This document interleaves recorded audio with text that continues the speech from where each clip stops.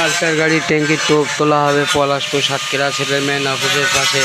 এখানে মোটরসাইকেলের ঝালাই ডেমলিং প্লাস্টিকের সার্জারি করা হয়।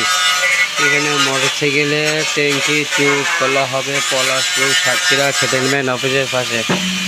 এই যে ট্যাঙ্কির টোপ তোলা হবে পলাশপুর সাইড প্লাস্টিক সার্জারি।